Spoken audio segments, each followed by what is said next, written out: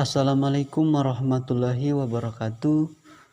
Perkenalkan, nama saya Abdurrahman Ismail dari kelas A Pendidikan Biologi, Fakultas Matematika dan Ilmu Pengetahuan Alam, Universitas Negeri Gorontalo.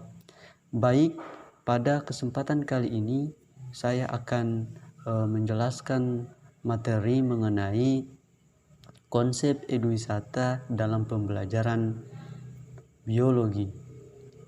Mata kuliah Eduwisata Sumber Daya Hayati. Kita masuk pada pengertian eduwisata. Nah, apa sih itu eduwisata? Eduwisata atau juga dikenal dengan anjang karya merupakan suatu kegiatan perjalanan, rekreasi atau liburan yang dikemas bersama dengan berbagai aktivitas pendidikan. Nah, tujuannya diadakannya eduwisata adalah meningkatkan kecerdasan dan kreativitas peserta kegiatan. Destinasi tujuan eduwisata biasanya adalah museum, perkebunan, pusat penelitian, dan juga kebun binatang. Kemudian konsep eduwisata. Sebenarnya konsep mengenai eduwisata bukanlah hal baru di Indonesia. Berbagai destinasi eduwisata telah banyak dibangun dengan tujuan untuk memberikan wawasan tentang ilmu sains, sosial, bahkan sejarah. Terdapat beberapa konsep dalam eduwisata, di antaranya sebagai berikut. Yang pertama, mengenai eduwisata agro. Nah, eduwisata agro adalah konsep yang menggabungkan prinsip wisata dan pertanian.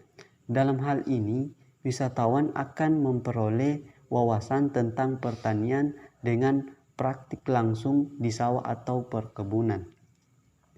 Kemudian yang kedua yaitu eduwisata art. Nah, eduwisata art adalah konsep yang menggabungkan prinsip wisata dan seni.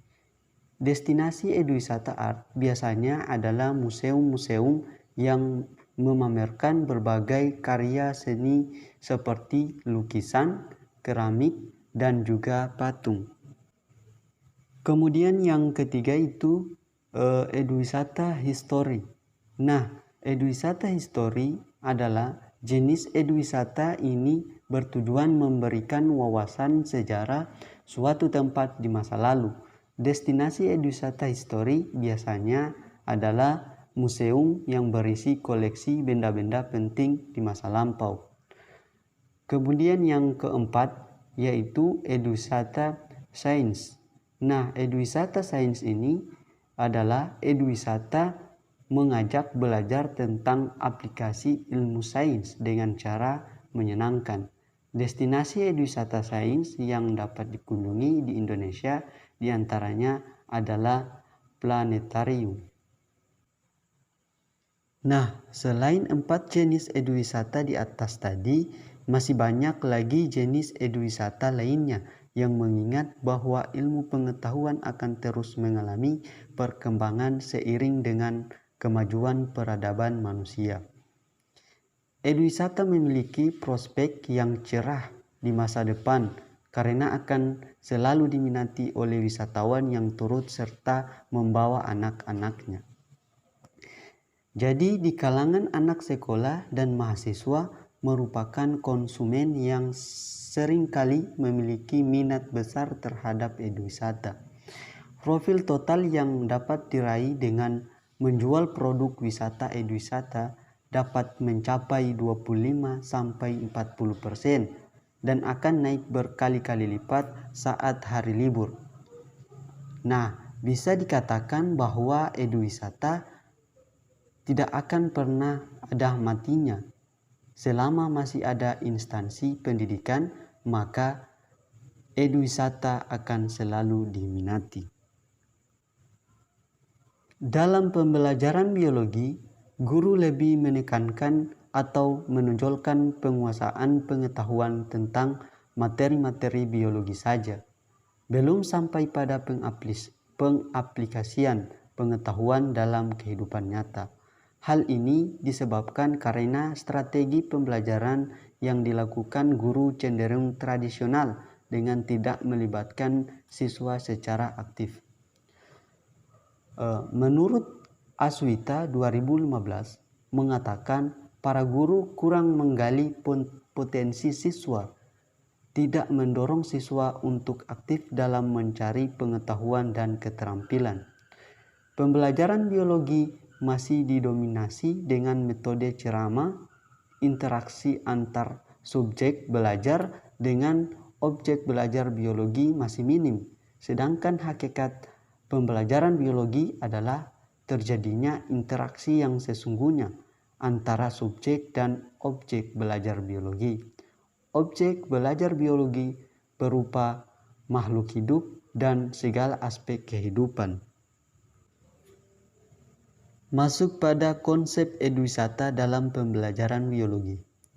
Pembelajaran biologi sebagai bagian dari pendidikan yang mempelajari tentang makhluk hidup. Makhluk hidup merupakan jendela bagi para siswa untuk mengenal keanekaragaman hayati serta interaksinya dengan lingkungan. Kecintaan pada lingkungan dapat dikembangkan setelah siswa mengenal dan memahami peran dari masing-masing makhluk hidup dan keterkaitannya dengan lingkungan hidup, sehingga perlu menjaga kelestarian dengan pengelolaan yang berkelanjutan.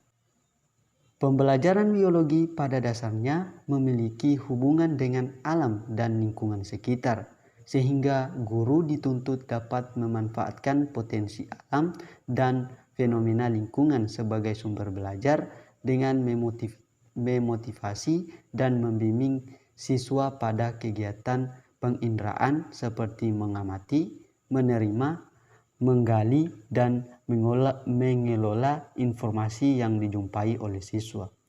Jadi, sehingga kebermaknaan dalam belajar akan terlihat ketika informasi tersebut dapat dimengerti dan mudah diingat oleh siswa. Nah, jadi seperti halnya yang dikemukakan oleh Labros 2004 bahwa siswa akan berperan dan terlibat apabila pembelajaran disesuaikan dengan kebutuhan belajarnya. Salah satunya, pembelajaran diharapkan dapat pada suatu masalah ataupun konflik yang sering mereka jumpai. Maka dari itu, pemanfaatan terhadap bagaimana kondisi lingkungan yang ada dapat menjadi alternatif bagi guru untuk menciptakan kondisi belajar yang berbeda dari sebelumnya, serta menjadi inspirasi bagi guru untuk dapat meningkatkan hasil belajar melalui proses yang mengedepankan aktivitas dan kemampuan siswa.